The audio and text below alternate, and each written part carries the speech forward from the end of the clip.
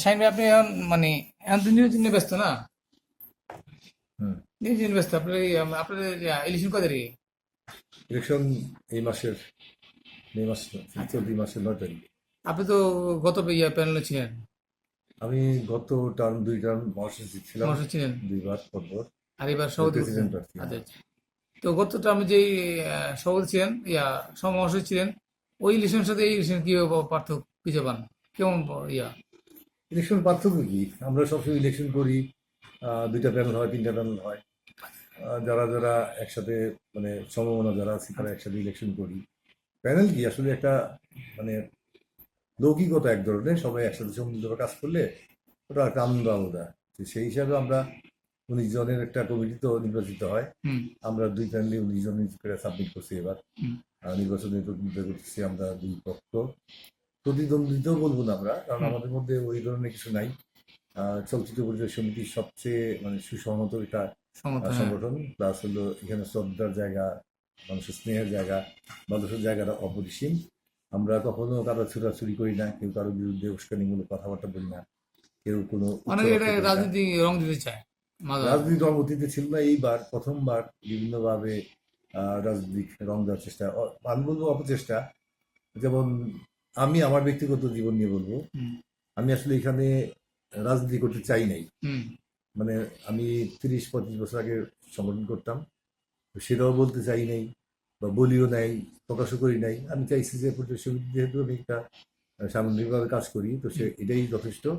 আমার কোনো রাজনৈতিক পরিচয়ের দরকার নেই। কিন্তু এইবার প্রথম হুম বিভিন্ন কাদা ছোড়াছুড়ি, ধাক্কাধাক্কি চলছে, হুম বিভিন্ন রকম কথাবার্তা, জোর করে আমাকে ফেসিস্ট বানানোর চেষ্টা করা হচ্ছে। সারা জীবন আমি আওয়ামী লীগকে মানে কোনোদিনই মানে সাপোর্ট করি নাই, এটা আমার অতীত রেকর্ড ঘাটলেই দেখা যাবে। বা যদি মনে করে রাষ্ট্রীয়ভাবে বিভিন্ন গোয়েন্দা সংস্থার রিপোর্ট যদি দেখতে চায়, তাতেও দেখবে যে আমি কোনোদিনই ওই রাজনীতির সাথে সম্পৃক্ত ছিলাম না। কিন্তু আমি চলচ্চিত্র পরিচালক সমিতির মহাসচিব হিসাবে একটা অনুষ্ঠানে আমাকে যেতে হয়েছিল, টাকা হয়েছিল, আমি জানতাম না অনুষ্ঠান কি। যখন দেখলাম যে এটা আমাদের মানে বিরুদ্ধে যায়, বিশেষ করে ছাত্র আন্দোলনে যারা জড়িত তাদের বিরুদ্ধে যায়, আমি স্বাভাবিক কারণেই মানে আমার মানসিক কারণে সাপোর্ট দিতে পারিনি। আমি সেটা বর্জন করে চলে আসছিলাম। চলে আসার আগ মুহূর্তে কিছুক্ষণ সময় দাঁড়িয়েছিলাম বোঝার জন্য বিষয়টা কি। ওইটাকে ক্যাশ করে অনেকে বলা বলি শুরু করেছে। আমি আচ্ছা, এই যে আপনার সিনেমা কম হচ্ছে, এটা আপনি কি কি মনে করেন, এটা কেন হচ্ছে, কম হচ্ছে? এই সিনেমাটা কেন কম হচ্ছে এখন বর্তমানে? সিনেমা হ্যাঁ, বুঝলি আপনার কথা। সিনেমা এখন কম হচ্ছে কেন, এটা কি মনে করেন আপনি তো? আচ্ছা, সিনেমা নিয়ে প্রশ্ন। সিনেমা কম হচ্ছে, আমাদের সিনেমার মার্কেট আগের মতো নাই। আমি আমার কেরিয়ারের মানে খুব স্বর্ণালী সময়ে আমি প্রতি বছরের সেরা, মানে সর্বাধিক ছবি পরিচালক হ্যাঁ, থাকতাম। অনেক বছর টানা অনেক বছর থেকেছি, ধরে, হ্যাঁ। এবং আমি এই বয়সে এই সময় 60টার অধিক ছবি নির্মাণ করছি, হয়তো 61-62 হবে, নির্মাণ করেছি। যথেষ্ট পরিমাণ কাজ করেছি ইন্ডাস্ট্রিতে। তখন হল সংখ্যা ছিল, সবকিছু ছিল। আমি গত 22 সাল পর্যন্ত এক সিটে কাজ করেছি। 23-24 এই 25-এ পড়লাম, আমার হাতে কাজ নেই। বলা যায় যে আমার হাতে কাজ নেই, মানে ইন্ডাস্ট্রির অবস্থাটা একটু অনুধাবন করা যায়। আমি ব্যক্তিগতভাবে বুঝতে পারি যে আমার হাতে কাজ থাকার কথা, কিন্তু নাই। আপনি আহ, আপনার বেশি বেশি ছবি তো শাকিব খান করছেন। শাকিব খানকে নিয়ে সর্বাধিক ছবি করেছি, হ্যাঁ 22টা ছবি। হ্যাঁ, 22 ছবি তো করছেন। সর্বাধিক ছবি না সহজে। সংখ্যা। এবং অসংখ্য সুপারহিট, একদম বাম্পার হিট ছবি আছে। ফ্লপের সংখ্যা নেই বললেই চলে। হয়তো দু একটা ছবি একটু মানে কম বেশি করছে, হ্যাঁ। হতে পারে, কিন্তু মানে সর্বাধিক হিট ছবি আছে আমার হাতে শাকিব খানকে নিয়ে। আর শাকিব খান তো সেরা তারকা। তো এই প্রশ্ন সঙ্গত কারণে আপনারা করেন। আর শাকিব খানের কথা বললে এটা লুফে নেয় সবাই। আমার সাথে ব্যক্তিগতভাবে শাকিব খানের অনেক ভালো সম্পর্ক। আমি বলবো যে এটা আজীবন থাকবে। কাজ করি না করি তার প্রতি আমার একটা ভালোবাসার জায়গা আছে, এবং আমার প্রতি তার আছে, এটা আমি মনে প্রাণে বিশ্বাস করি। আর কাজ এই মুহূর্তে সিনেমার সংখ্যা কম এই কারণে যে হল সংখ্যা আমাদের খুব কমে গেছে। যে পরিমাণ হল সংখ্যা আছে সেই পরিমাণ হল সংখ্যায় সিনেমা চালিয়ে লগ্নি ফেরত আনা খুব কঠিন। খুব বাম্পার হিট হলে ছবি হয়তো লগ্নি ফেরত আসে। তা নাহলে একটা সময় ছিল যে মোটামুটি চললেই লগ্নি ফেরত আসতে ব্যবসা হতো। এখন কি হাতে কোনো ছবি আছে আপনার? সেই দিন মানে নেই। আমার হাতে দুইটা ছবি রিলিজের অপেক্ষা আছে। কি কি সেটা? কমপ্লিট ছবি কুস্তিগির, আর আরেকটা গ্যাংস্টার, দুটো ছবি কমপ্লিট অবস্থা আছে। মানে আর্টিস্ট কে কে? কুস্তিগির আর্টিস্ট বাপ্পি চৌধুরী, জাহরা মিতু, মিশা সত্তার। কুস্তিগিরের শিল্পী বাপ্পি চৌধুরী, জাহারা মিতু, মিশা সওদাগর, সাবরি আলম, সুব্রত দা। আর ইয়েতে ওই যে আর গ্যাংস্টারে গ্যাংস্টারে আছে সাইমন, মাহি, শান্ত খান। আর কলকাতার এক নায়িকা আছে, নামটা আমি ভুলে গেছি এই মুহূর্তে। রজতাভ দত্ত আছে, আর রজতাভ দত্ত আছে। আরে বিশাল আয়োজন এগুলো কি আয়োজন আপনি আছে। মানে কাজ কি পর্যায়ে আছে বর্তমানে? সব কমপ্লিট, সেন্সর কমপ্লিট, সব Sensor হয়ে গেছে, কমপ্লিট, না? মুক্তির অপেক্ষা আছে। মুক্তি মানে কোন সালে কোন সময় দেওয়া এটা হয়েছে? এখন আমি বলতে পারছি না এটা কবে হবে না হবে, ওটা প্রোডাকশন হাউসের বিষয়। আর নতুন কিছু করতেছেন আপনি? নতুন না, নতুন কিছু করছি না। আচ্ছা, এগুলি মুক্তি দেওয়ার পর করবেন? দেওয়ার পরে করবো মানে মানে এটা বলতে পারি না, কারণ আমি তো প্রযোজককে খুঁজে বের করে এনে সিনেমা তৈরি করি না। যদি লগ্নিকারক আসে আমাকে সিনেমা তৈরি করতে চায়, তাহলে আমি প্রস্তুত সিনেমা তৈরি আচ্ছা, করার জন্য। আপনি আপনার শুরুটা একটু বলবেন, মানে কোন পর্যায়ের সাথে কাজ করছেন আপনি? আমি আসলে ওই তথাকথিত কোনো সরকারি পরিচালক না, আমি সেভাবে কাজও করিনি। কিন্তু আমি একজন শিক্ষক হিসেবে মানি, শিক্ষাগুরু হিসেবে মানি। প্রয়াত প্রয়াত আবিদ হাসান বাদল, আচ্ছা, উনি আমাকে আমার এলাকা থেকে জোর করে মিরপুর থেকে নিয়ে এসছে, এমডিসিতে পরিচয় করিয়ে দেওয়ার কারণেই আমি আজকে সায়েন্স হতে পেরেছি। ওনার সাথে সেভাবে আমি সহকারী হিসেবে কাজ করিনি বলা যায়, ছিলাম ওনার সাথে, ছিলাম বিভিন্ন শুটিং সেট থাকতাম, এডিটিংয়ে থাকতাম, ডাবিংয়ে থাকতাম, দেখতাম ওনার কাছে কাজ বসে দেখতেন। বসে দেখতাম কাজগুলি কীভাবে করে না করে। সেটাই হচ্ছে আমার মূল শিখার একটা জায়গা। অনেকে বলে যে আর আপনি জাকির হোসেন রাজু আপনার রাজু ভাই, অবশ্যই রাজু ভাই আমার আরেকজন শিক্ষক। ছিল। আমি তার ভাব শিষ্য, রাজু ভাইয়ের ভাব শিষ্য। রাজু ভাইয়ের সাথে আমার দুর্দান্ত সম্পর্ক, এবং আমি যখন কিছুই করি না, চলচ্চিত্রের চরম বুঝি না, তখন থেকে ওনার সাথে সম্পর্ক। ওনার কাজ দেখে ভালো লাগতো, ওনার কথা শুনতে ভালো লাগতো, গল্প শুনতে ভালো লাগতো, ওনার গান মানে শুনতে ভালো লাগতো। সবকিছু মিলিয়ে ওনার কাছে অনেক গুণের সমাহার। তো আমি তাহলে আপনি এই যে বাপসি যে বললেন, তাহলে আপনি ওনার এই যে ধারাটা রোমান্টিক ছবি বেশি করে রাজু ভাই, আপনারা কি ওই ধারাটাই ইয়ে রাখছেন? আমি প্রথমেই শুরু করছি অ্যাকশন ছবি দিয়ে। আমার ছবির নাম ছিল গডফাদার, গডফাদার। সেকেন্ড ছবি ছিল খালাস। এটা কত সালে গডফাদার? গডফাদার কত সালে দুই রিলিজ? হাজার তিন সালে তিন রিলিজ। সালে। এরপরে আপনি 22টি ছবি করছেন।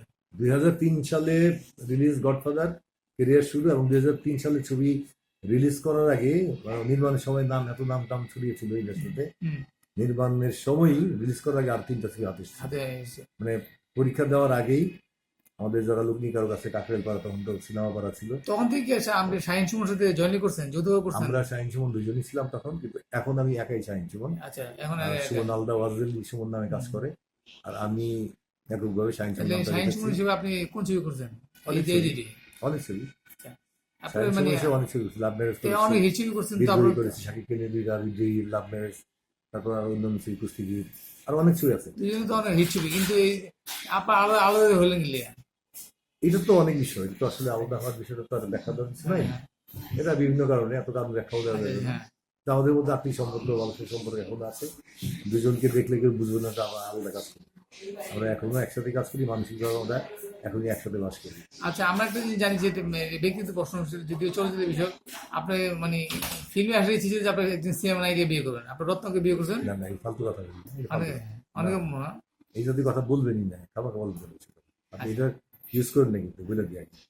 আচ্ছা, আপনি তাহলে এই ধরনের মনোভাব থাকলে, এই ধরনের কষ্ট করলে আমি তো আপনার ইন্টারভিউ দিতাম না। এখন যে এটা অনেক আমি বললাম। আপনি যদি ইউটিউবের সেন্স আমার আসেন, তাহলে ভুল করে দিত। আচ্ছা, কারণ আমি আপনার সাথে সম্পর্কটা অনেক ভালো সম্পর্ক। এটা একটা প্রশ্ন করতে না, এই ধরনের প্রশ্ন আপনি না যায় আচ্ছা, কোনোভাবে আপনি আচ্ছা, আমি জানলাম তো প্রশ্ন এখন করছেন। আপনি এখন আপনি যে আপনার যে এই যে নিয়োজন নয় থেকে আপনাদের মেনে কি মানে কি পরিচয়ের জন্য আপনি কি করবেন প্রথমে? নির্বাচন করলে কি করবো? পাস না, করলে মানে কি করবো? আপনার মানে আপনাদের কি মানে ম্যানিফেস্টো কি? আমরা কোনো ম্যানিফেস্টো বিশ্বাস করি না। আর নির্বাচন করবো যদি আমাদের সম্মানিত ভোটাররা আমাকে নির্বাচিত করে, পরিচালক সমিতির কল্যাণে কাজ করবো। তো এই করবো সেই করবো যারা বলে, প্রতিশ্রুতি দেয়, তারা আসলে কাজ করে না, প্রতিশ্রুতি রক্ষা করে না, প্রতিশ্রুতি ভঙ্গ করে। আমি সেই জন্য কখনোই কোনো প্রতিশ্রুতি কখনো কোনো কালে দিইনি। আমার কথা হচ্ছে একটা, যে আমি নির্বাচিত হলে, আপনাদের মূল্যবান ভোটে নির্বাচিত হলে, আমি আমার সমিতির সদস্যদের জন্য কাজ করবো। আচ্ছা, এই তাহলে গত দুইজন যে মহাশয় ছিলেন আপনাদের, মানে ওই যতটুকু প্রতিশ্রুতি দিয়েছিলেন এগুলি কি পূর্ণ হয়েছে কিছুটা? আমি তো বললাম প্রতিশ্রুতি কখনো দিইনি, প্রতিশ্রুতি দিই না আমি। মানে একটা কাজ করি না প্রতিশ্রুতি দেওয়া, বা কারোর কাছ থেকে প্রতিশ্রুতি নিয়েও না। কারণ এটা আমি জানি এই প্রতিশ্রুতি দেওয়া নেওয়ার মধ্যে একটা একটা তফাৎ থেকে যাবে, পরিপূর্ণ হবে না, পরিপূর্ণতা পাবে না। সুতরাং প্রতিশ্রুতি না, আমার যতটুকু দায়িত্ব পালন করার জন্য যতটুকু দরকার ছিল, একটা পরিচয় সমিতির সাংগঠনিক একটা চেয়ারে বসে হ্যাঁ, যা যা করণীয় আমি সব করেছি। আচ্ছা, এখন যে আপনারা যদি নির্বাচিত হন তাহলে মানে পরিচিতির জন্য আপনাদের মানে যে বড় ছবি কম বা এগুলি কি মানে যে সমস্যাগুলো আছে এই সমাধান করতে কত দিয়ে হবে? সিনেমার পরিচালক সমিতির দায়িত্ব না যে সিনেমা নাই, সিনেমা কারণ পরিচালক সমিতি এমন কোনো ইয়ে না, বাজেট সমৃদ্ধ আচ্ছা। সংগঠন আছে যে নিজেরা বাজেট দিয়ে ছবি তৈরি হুম। করবে। সিনেমা তৈরি করার জন্য লগ্নি কারক লাগবে, মানে অর্থ লগ্নি করার মতো টাকাওয়ালা লোক লাগবে যারা ইনভেস্ট করবে, সিনেমা তৈরি করবে। পরিচালক সমিতির সদস্যরা যারা পরিচালক, আমরা আমরা ফ্রিল্যান্সার, আমরা কাজ করি, হুম। আমরা অর্থের বিনিময়ে কাজ করি। আমাদের দায়িত্ব না সিনেমার সংখ্যা বাড়ানো কমানোর দায়িত্ব না। প্রযোজকরা যদি লগ্নি করে তাহলে সিনেমার সংখ্যা বাড়বে। তাহলে বর্তমানে যদি ছবি কম আপনার মানে ইন্ডাস্ট্রি চাঙ্গা হইতে হলে মানে কত ছবি লাগতে পারে মানে আনুমানিক কত ছবি? সিনেমার সংখ্যা বাড়িয়ে লাভ নেই, হলের সংখ্যা বাড়াতে হবে। আচ্ছা। কত সংখ্যা সিনেমা বাড়লো তাতে না, সিনেমা বাড়ার সংখ্যা না, হলের সংখ্যা বাড়াতে হবে। প্রত্যেক জেলায় রাষ্ট্রীয় পর্যায়ে যদি উদ্যোগ নেয়, রাষ্ট্রীয়ভাবে যদি প্রত্যেক জেলায় একটা করে সিনেপ্লেক্স তৈরি করে, আর অথবা অথবা শিল্পকলা ভিলেজগুলি যদি মানে সিনেমা প্রচার করার মতো, দেখানোর মতো, প্রদর্শন করার মতো সিস্টেম তৈরি করে, তাহলে অনেকটা কাজ হবে। আর পাশাপাশি সিনেপ্লেক্সের মানে যাওয়ার যে প্রবণতা, অনেক আমাদের যে মানে অডিয়েন্স, যেটা বলবো খেটে খাওয়া অডিয়েন্স, তারা হুম। কিন্তু সিনেপ্লেক্সে যেতে ভয় পায়। ওই যে আর সিনেপ্লেক্সের টিকিটের দাম বেশি, আবার যেহেতু একটু মানে একটু আনইজি ফিল করে। সহজলভ্যভাবে আমাদের যে মানে সিঙ্গেল স্ক্রিনের সিনেমা হলগুলি, ওই ধরনের বিকল্প ব্যবস্থা রাখতে হবে, যাতে কম টাকায় সর্বোচ্চ 80 টাকা, 70 টাকা, 100 টাকা সিনেমা হল টিকিট টিকিট কেটে সিনেমা দেখতে পারে, ওই ব্যবস্থা রাখতে হবে। আমাদের যে মানে আনুমানিক কি পরিমাণ ভালো লাগবে এখন বর্তমানে আরো? অন্তত 300-500, যদি 500 সিনেপ্লেক্স যদি থাকে, সরকার যদি প্রত্যেকটা জেলায় 64 জেলা সিনেপ্লেক্স দেয়, আর বিভিন্ন উপজেলা যদি ভালো ভালো বড় বড় উপজেলা দেয়, 200 যদি সিনেপ্লেক্স থাকে, ঢাকা শহরে যদি 50টা থাকে, 250-300 হলেও কিন্তু সিনেমার ব্যবসা একশো করা যায়। আর সিঙ্গেল স্ক্রিন যদি ব্যবস্থা করে, সিঙ্গেল স্ক্রিন 100 থাকে, আর এখন আছে শখানেক আছে, 100-র উপরে আছে, কিন্তু আর যদি 100 যোগ হয় সাথে স্বয়ংক্রিয়ভাবে আধুনিকভাবে যোগ হয়, তাইলে সিনেমার তাহলে মাল্টিপ্লেক্স লাগবো সিঙ্গেল সিঙ্গেল লাগবো সিঙ্গেল স্ক্রিন দুইটাই লাগবো? আচ্ছা, তাহলে বাজেট কি কেমন হতে পারে মনে করেন? বাজেট, সিনেমার বাজেট তো বইলা কোনো সিনেমা আনলিমিটেড? আনলিমিটেড না। সিনেমা বাজেট বলে গল্প বলবে যে বাজেট কত, আপনার লোকেশন কি লাগবে। এই যে সাকিব যে আমাদের যে আপনাদের আপনাদের হাতে 22 ছবি করছে, সাকিব যে উদ্যোগ নিচ্ছে যে ইন্ডাস্ট্রি মার্কেট, এটা আপনার কি এটা কি কি সমর্থন করেন কিনা? এটা কোনো দেখা আইডিয়া যাক, আছে কিনা? দেখা যাক, সে উদ্যোগ নিচ্ছে, দেখা যাক কি হয় না হয়। আমরা এবং তো এটা পরীক্ষামূলক বিষয়, এটা তো মানে এখনো সে উত্তর দেওয়া সে তো যাবে না, ঘুরতেছে কারণ যে দেখতে হবে। মোটামুটি আমেরিকাতে সব জায়গায় রিলিজ দিতেছে, হ্যাঁ, দেখা যাক কত সে টাকা চলতেছে। আসে দেখুক, সে তো ভালো বলতে পারবে, কারণ তার ছবি ওয়ার্ল্ড ওয়াইড রিলিজ করেছে, বরবাদ ছবিটা, তার অভিনীত এবং সে একটা ছবি। পর্যায়ে নিয়ে গেল, কিন্তু সে পরবর্তীতে তো ওই পরিচয় লাগবে, ওই কাহিনীকে লাগবে, সিনেমা তো সিনেমা সমৃদ্ধ সিনেমা লাগবে, হুম, সিনেমার নামে যাই সাথে আপনি দিবেন, দর্শক দেখবে না। দর্শক হাতে এখন অনেক অপশন, হুম। সারা বিশ্বের সিনেমা ঘরে বসে দেখতে পারবে, হাতের মধ্যে মোবাইল নিয়ে দেখতে পারবে। আমার ইচ্ছায় এটা দেখবো না ওইটা দেখবো, ওইটা দেখবো না ওইটা দেখবো, আমাদের চেঞ্জ করার একটা অপশন আছে। সুতরাং সিনেমা দেখাতে হলে আপনাকে দর্শককে সেরকম সিনেমা দিতে হবে, যেটা দেখার জন্য সিনেমা হলে বসে থাকবে দর্শক। এখন যে দুটো ছবি আপনার হাতে আছে এই দুটো ছবি মানে মানে কি কেমন করছে? তা আমি তো আমার ছবিকে ভালোই বলবো। আপনি যদি প্রশ্ন করেন, তা ওই প্রশ্নের উত্তর আমি কি দিব? আমি তো বলবো আমার ছবি দারুণ ছবি, সেরা ছবি। সেটা বিষয়টা দর্শকের কাছে যেটা দারুণ, সেটাই দারুণ ছবি। দর্শক যেটা পছন্দ করবে সেটাই ভালো ছবি। আচ্ছা, এই দুটো ছবি অনেক অনেক প্রশ্ন তো আপনি খালি করতে থাকবেন, সারাদিন করবেন, বাদ দেন না। এই